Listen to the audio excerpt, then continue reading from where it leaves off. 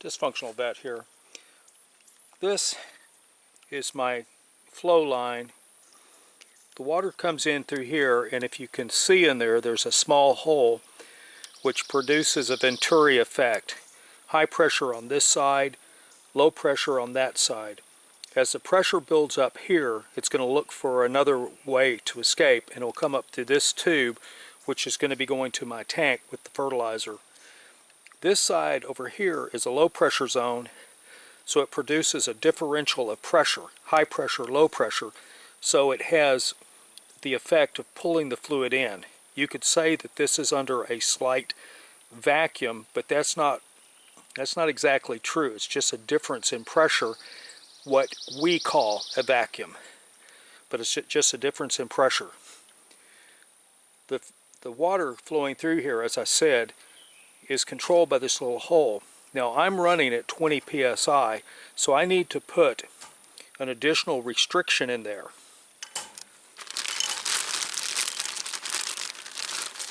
It comes with these different colored orifices, and what I want is I want the red, and the red is for low pressure, and this will cause the pressure inside this tube to increase much more than on this other side.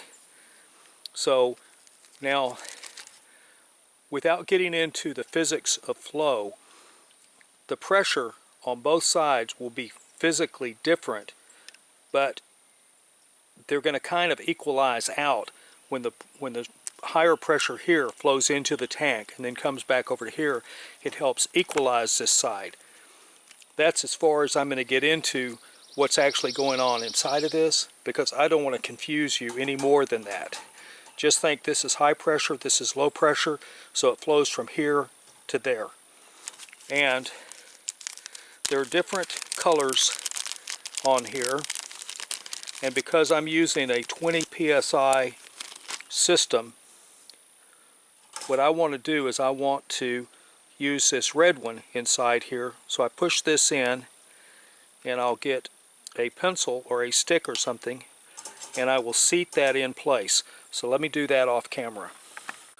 I seated this red orifice inside this tubing using the flat end of a carpenter pencil. Pushed it in, got it seated. Now as the pressure builds up on this side, it's going to hold that thing in place, and it's going to really hold it there good. That hole is very small. Water is abrasive in nature, and it's going to start wearing that thing out. So I'm going to go ahead and order about 3 or 4 more of these, so that as that thing wears out, if it does wear out and I'm not getting the recommended flow of fertilizer that I want, I can replace these very quickly. Since this is going to be in use all the time, I'm going to want to have extra of these. This is a standard 1/2 inch to 3/4. These are normally found where you're going from PVC to a garden hose or something like that. I have a couple of these things. I always keep some spares, so that's a good thing. I will be putting a 3/4 to 1/2 inch section on here to hook this into the system, and I will show you that as soon as I get it built, and then you'll be able to see how this works, and I will show you the whole thing once it's completely assembled, because I am now very close to being done. I'm getting ready to thread this thread onto this threaded section right here. Now this has a gasket in it, and this piece will turn so you can disconnect it. But the way I remember this, if this is in my right hand, when I'm pulling my Teflon, it's over the top right to me. If I'm holding this in my left hand, threading it, it's over the top and it's lefting me or leaving me. That's how I remember which way to thread this stuff. So let's pull some Teflon. A lot easier when the camera's not in the way. And this is, it's lefting me. It's going away from me. Lefting. It's about enough. pull this off, close this up, and now we're ready to hook this up.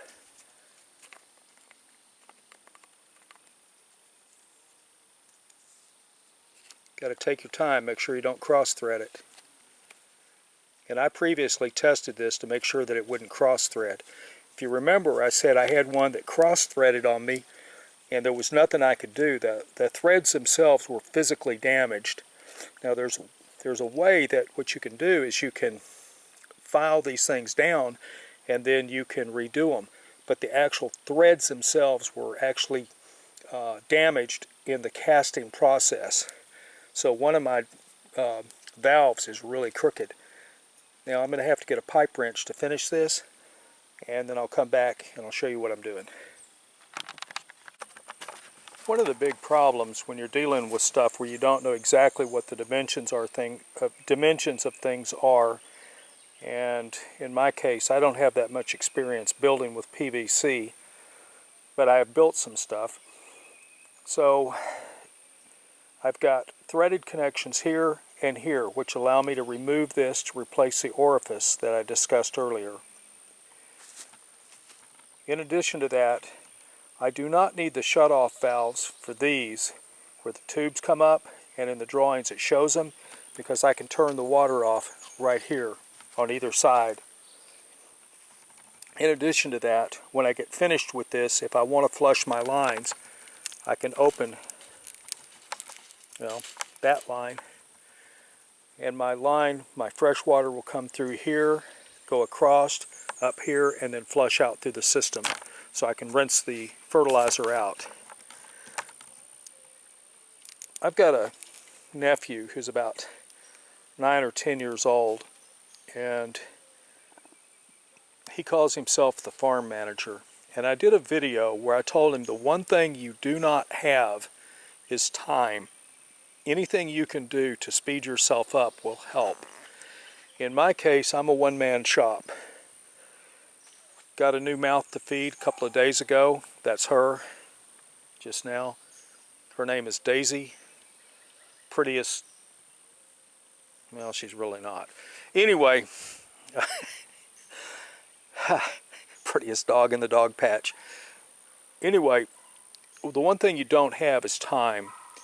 Using this system, I'm able to water many different crops all at the same time by having the fertilizer in this tank, and the tank is a small one, it's 3/4 of a gallon. I can use the fertilizer on the plants that require that blend until it's running clean, at which point then I can put a new fertilizer in there and switch these tanks and open up. My orbit controller is a 7-day system, so I can fix this so that I am watering, say line 1 and 4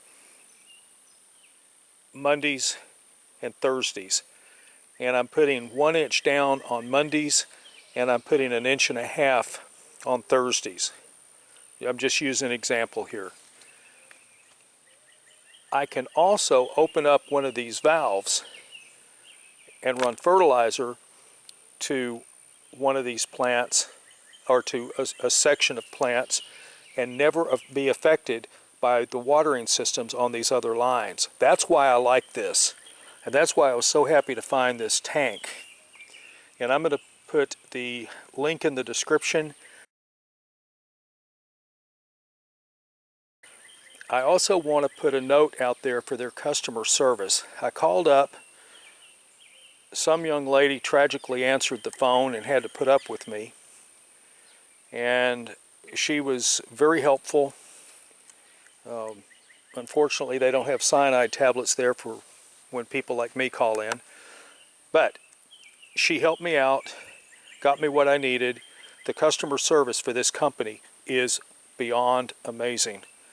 So with that said, you can now see how the system is. I have all the top valves in place, I have all the bottom valves in place, and they're ready to have the connections here put in. And I've got to get some all thread so that I can put in my unions so that I can disconnect and work on this. One of the mistakes I've made in the past is I've always used glued joints. Glued joints are fine if you're putting something together and you're never going to take it apart. This could be a high maintenance issue, so I want to be able to completely disassemble this. And with these unions, I can disconnect that, then I can unthread my valve and replace it, or flush the pipe out if I need to, or flush this pipe out if I need to. Whatever I need to do, I can completely disassemble this and put it all back together, and life is good. If in the future I should ever need anything further, I can put a slip right down here, a slip union, and then I can take these sections completely out. But for right now, the system is coming together. It's looking really good. I would have preferred to have actually put this into a vertical orientation, but like this, I think I'm going to be better off. I can turn this a little bit, and I can bring these down so that the lines won't be crimped. And I've got a place right here for my fertilizer tank, and this will be enclosed inside a wooden structure that I will build out of sacrificial lambs the next time I fire off the sawmill.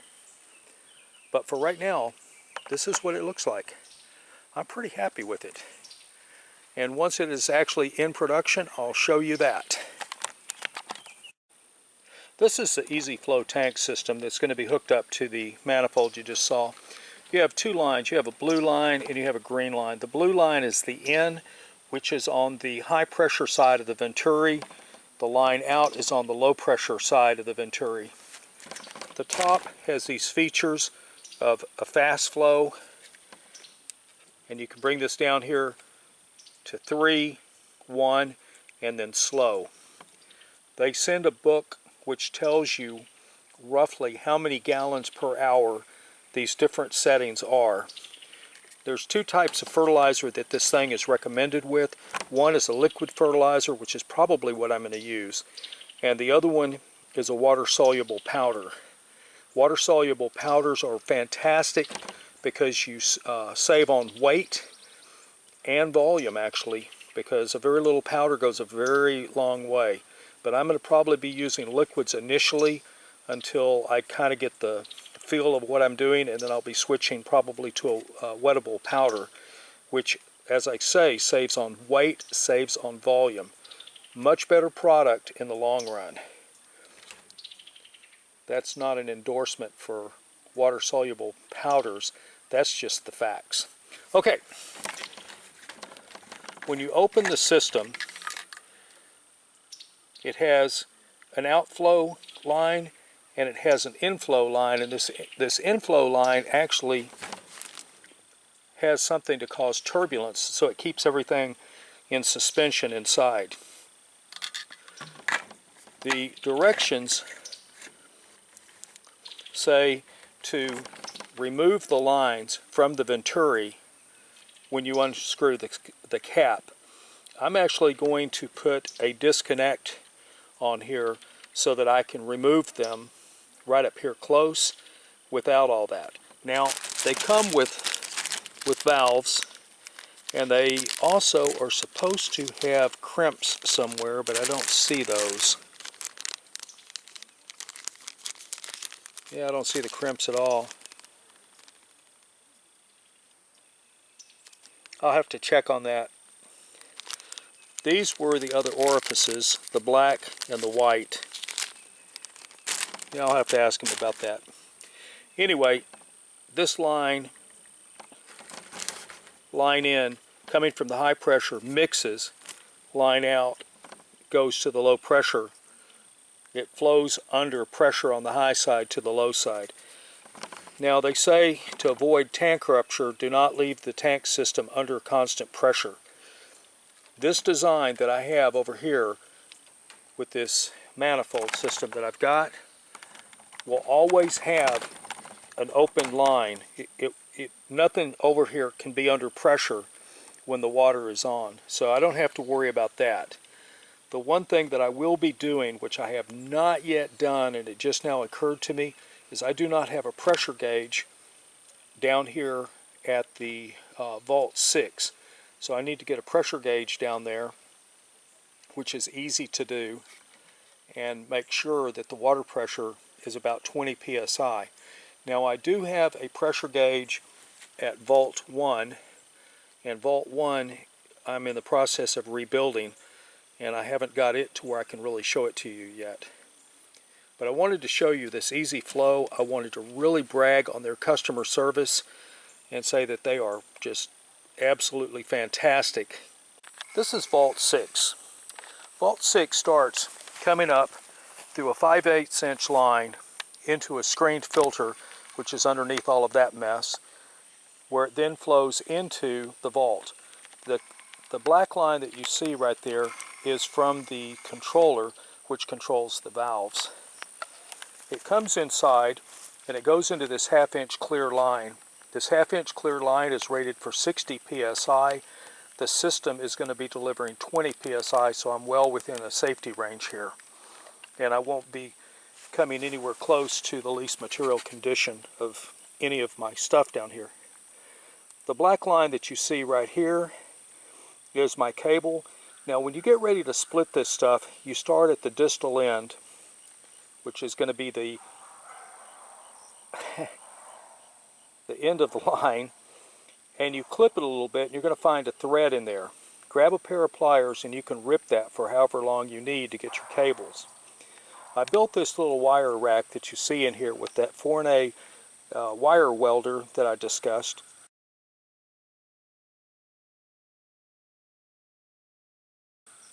I did find that it helps if you'll heat the metal with a little propane torch. It'll just help it to bond a little better because it doesn't get that hot. But it works great for little projects like this. So we have this series of orange wire screws right here. These are where the power feeds in to turn on the valves.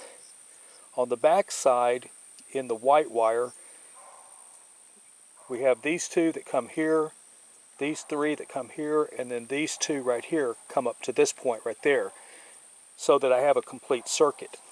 The way this system works, which it's right there, the way this system works is that unit will turn on one of these 6 valves. The power will flow from the box through this terminal into the controller and then back out through the return line. Since the power is only being supplied to this controller, this valve, you don't have to worry about any of the others opening up, even though they're all wired together. Now this is a nice clean system, and what I like about it particularly is the fact that if I have a problem with any specific station of these, I know exactly where the wire is. This wire screw right here and that one ties to this. This wire screw and that wire screw ties to that one. I don't have to sit here and sort all this stuff out. It's not a rat's nest. And I strongly suggest, wherever possible, to use a clean, orderly system like this and not have a rat's nest down in there, especially if you're in a place like where I live, where every time it rains, any kind of a hole that has anything in it, the soil just bubbles up into it. That is why I actually concreted this, is because there was no way I would ever keep the dirt out of it. So I've concreted it. Now, right there, that's the door where the water will be flowing out, and these valves that you see, these lines, will be feeding the water over to the manifold that I will be using to water the garden. Now let's look at the garden real quick and why I built that manifold.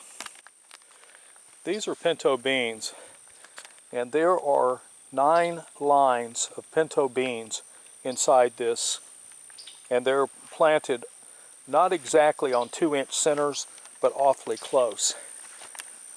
The pinto beans were fairly inexpensive, so there's more of them.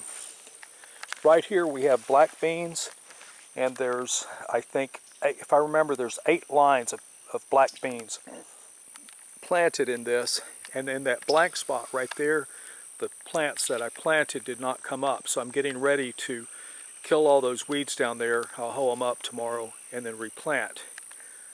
This line right here was a broadcast of collards. This line right here is mustards, mustard greens. This right here are black-eyed peas. I didn't have a big bag of those, so there's less of them. Right over here we have some more crops that are planted very heavily, and we have right up here we have artichokes planted. We've got some wheat. I've never planted wheat before, but I want to see how it will do. And then I have some other plants over here that haven't yet come up. So as you can see, I have a lot of plants down, and in order to water these and to fertilize them, notice how, well, I don't know if you can see it, but these greens over here are actually beginning to become a little bit light, which is telling me they need plant food. So that is going to be the first order of business tomorrow morning. Never water plants at night, or at least, you know, overhead watering, don't do that. Submatic irrigation doesn't matter, but never water plants at night. The water on the leaves can cause diseases. These are still looking mighty fine as far as the green goes, but they're going to get fertilizer. And these right here will get fertilizer. They've been in the ground for about 2 weeks. Now let's look at some other stuff I put down. I have blueberries right here, and these blueberries cannot get water from the city. The pH is wrong, and I almost killed this one last year watering it, so they are not going to be getting water. They'll be getting rainwater, and I have enough to get me by until we get some more rain. Right here I have crookneck squash. Right here I have straight neck squash. Right there I have some early squash. Right here I've got some,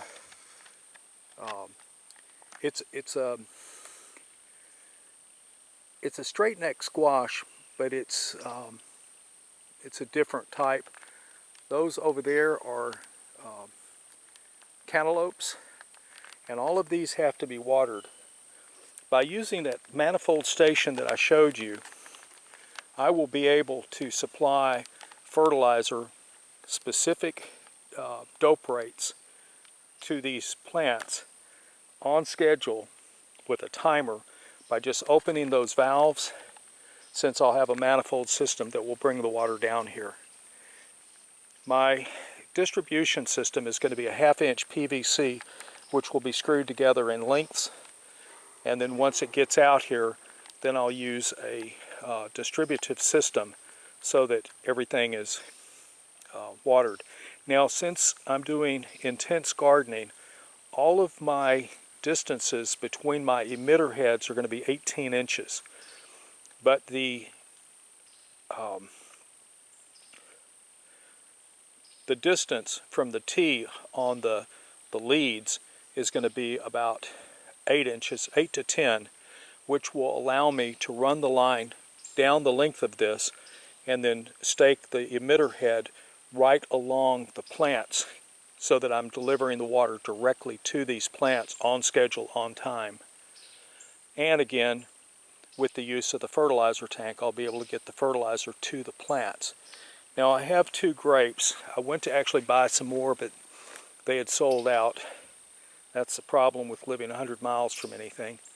They had sold out, so I've only got 2 grapes, but I have high hopes of these surviving because I will be able to get water to them, and I figure in another 2 years they should really start to produce and produce well. Now I do have a pole that I'll be growing these on. Currently it's not in place. And this is what the garden looks like from here. That plastic bag right there is chips from where I made the saddle rack. And this is what it all looks like. Stopping in at the greenhouse, we can see the tomatoes and the pumpkins are doing well. The pumpkins are all but ready to be transferred. These right here are they're early white scallop type squash. My asparagus is looking good. Have more tomatoes. These are cherry tomatoes, by the way. And these are just plain old everyday Roma tomatoes. My peppermint's looking good. In fact, it's looking real good. My potatoes are looking fantastic. I salvaged some potatoes earlier. I'm hoping that they'll take root and start to grow. This is really moist medium, and I didn't put a humidity tent over them because they're inside this greenhouse and it's pretty humid. Got some pretty good rain today. We can put all this out. I soaked some garlic in water and it's beginning to sprout. I'll be putting this in the ground in a day or two. And as you can see, everything's looking pretty good in here. This concludes a review of the garden, Dysfunctional Vet.